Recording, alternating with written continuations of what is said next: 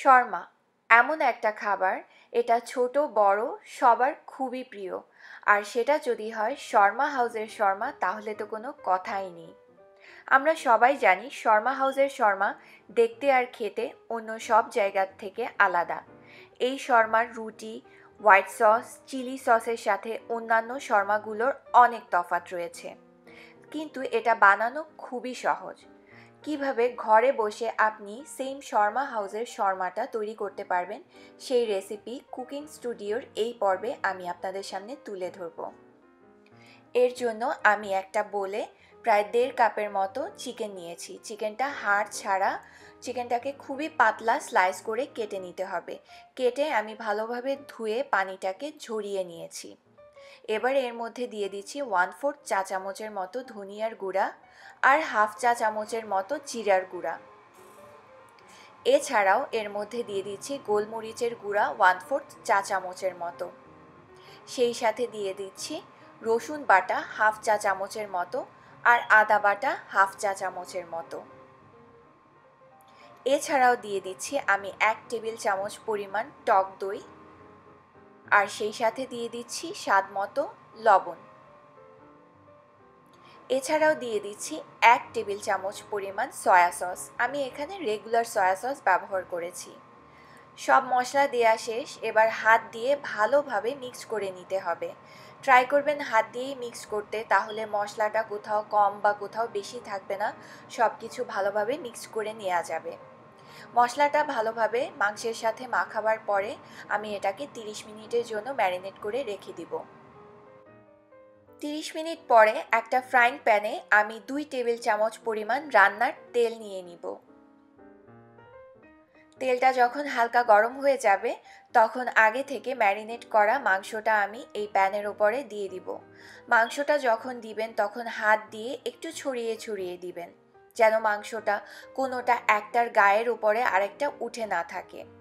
মাংসটাকে দেওয়ার পরে চুলার আঁচটা মিডিয়ামেই রাখতে হবে। মিডিয়ামে রেখে তারপরে মাংসটাকে সিদ্ধ করে নিতে হবে। সিদ্ধ হওয়ার জন্য কোনো এক্সট্রা পানি দেওয়ার দরকার নেই, জাস্ট একটা ঢাকনা দিয়ে ঢেকে রাখতে হবে 10 মিনিটের জন্য। এই 10 মিনিটে মাংসটা থেকে পানি বের হবে, সেই পানিতেই মাংসটা সিদ্ধ হয়ে যাবে। 10 মিনিট পরই দেখবেন যে মাংসর মধ্যে থেকে যথেষ্ট পরিমাণে পানি বের হয়েছে। এবার একটা নাড়ুনি দিয়ে আমি মাংসগুলোকে একটা আরেকটার সাথে যে লেগেছিল সেটাকে একটু ছাড়িয়ে দিব। ছাড়িয়ে দিয়ে চুলার আঁচটা মিডিয়াম থাকা অবস্থায় ঢাকনা দিয়ে আবার ঢেকে মাংসটাকে পুরোপুরি সিদ্ধ করে নিব। মাংসটা পুরোপুরি সিদ্ধ হয়ে গেছে, আমি চেক করেছি, আপনারা এই পর্যায়ে চেক করে নেবেন। মাংসটা যদি সিদ্ধ হয়ে যায় তাহলে আর ঢাকনা দেওয়ার দরকার নেই।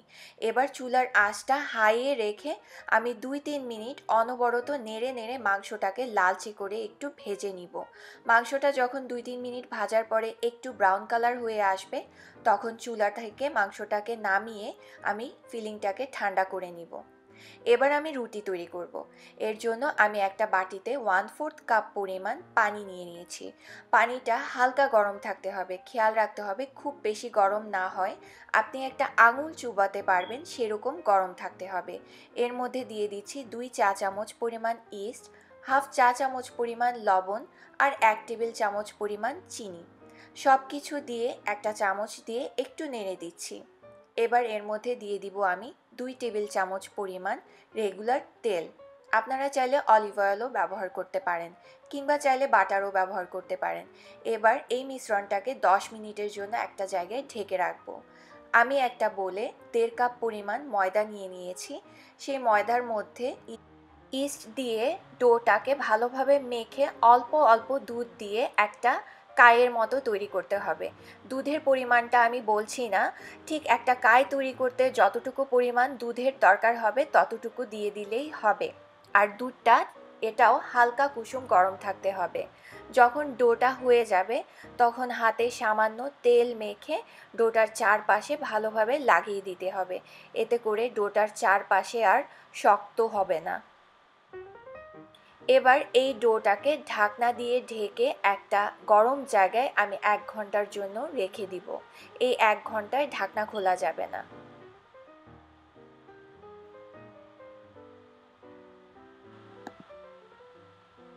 1 ঘন্টা পর দেখবেন ডোটা ফুলে ডাবল হয়ে গেছে। এবার হাত দিয়ে একটু চেপে ডোটাকে আবার আগের পজিশনে এনে আমি 3টা ভাগ করে নিব। আমি যে পরিমাণ দিয়েছি সেই পরিমাণে মোট 3টা রুটির মতো হবে। এবার যে জায়গায় আমি রুটিটাকে তৈরি করব সেই জায়গায় যথেষ্ট পরিমাণে ময়দা ছিটিয়ে একটা ভাগ নিয়ে আমি হাত দিয়ে আবার 2-3 মিনিটের জন্য মথে নিব। একটা ব্যাপার সবসময় মাথায় রাখবেন, ব্রেড টাইপের কোনো কিছু তৈরি করার সময় যত আপনি মথবেন আপনার ব্রেডটা ততই সফট হবে। এবার একটু গোল গোল করে নিয়ে আমি হাত দিয়ে চেপে চেপে রুটিটাকে শেপ করে নিব। এই রুটিটা খুব বেশি বড় আবার খুব বেশি ছোটও হবে না। ঠিক আমরা বার্গারের জন্য যেরকম রুটি বানাই সেই বার্গারের রুটির থেকে সাইজে সামান্য একটু বড় হবে, কিন্তু বার্গারের রুটির থেকে সাইজে একটু পাতলা হবে। মোট কথা এই রুটিটা 1/2 ইঞ্চির মতো মোটা থাকতে হবে। এবার একটা ট্রে নিয়ে নিব, যে কোনো ওভেন প্রুফ ট্রে নিলেই হবে। এবার সেটার উপরে সামান্য তেল মেখে আমি রুটিটা নিয়ে নিচ্ছি। এভাবে একে একে প্রত্যেকটা রুটি বানিয়ে নিতে হবে।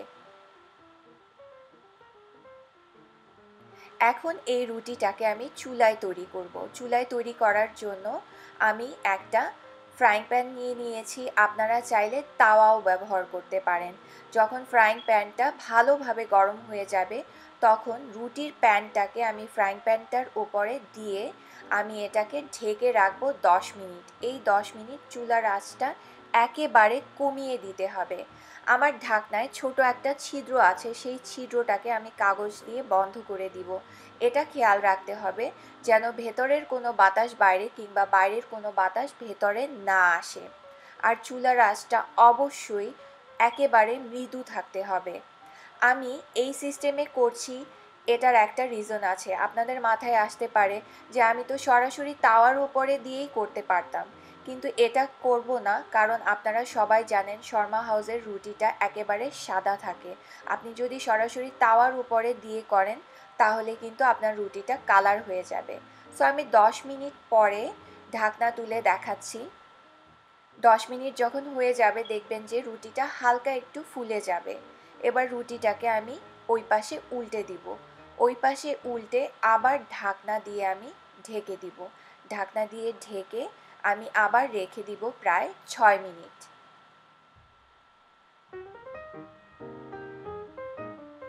চুলার আঁচটা কিন্তু কোনোভাবেই বাড়ানো যাবে না, একেবারে লোতেই রাখতে হবে। 6 মিনিট হয়ে গেছে, আমার রুটিটা হয়ে গেছে। আমি অপোজিট সাইডটা একটু উল্টে দেখাচ্ছি। দেখেন রুটির কালারটা কিন্তু দুই সাইড থেকে হালকা চেঞ্জ হয়ে গেছে। রুটিটা আপনারা দেখলেই বুঝবেন যে রুটিটা হয়ে গেছে। আর একটা রুটি হওয়ার জন্য 16 থেকে 17 মিনিটই যথেষ্ট। যখন হাত দিয়ে একটু চাপ দিবেন তখনই দেখবেন ওপরের পার্টটায় একটা ক্রাস্টের মতো ফিল করবেন, আর একটু জোরে প্রেস করলে ভেতরে একটু একটা সফটনেস ফিল করবেন।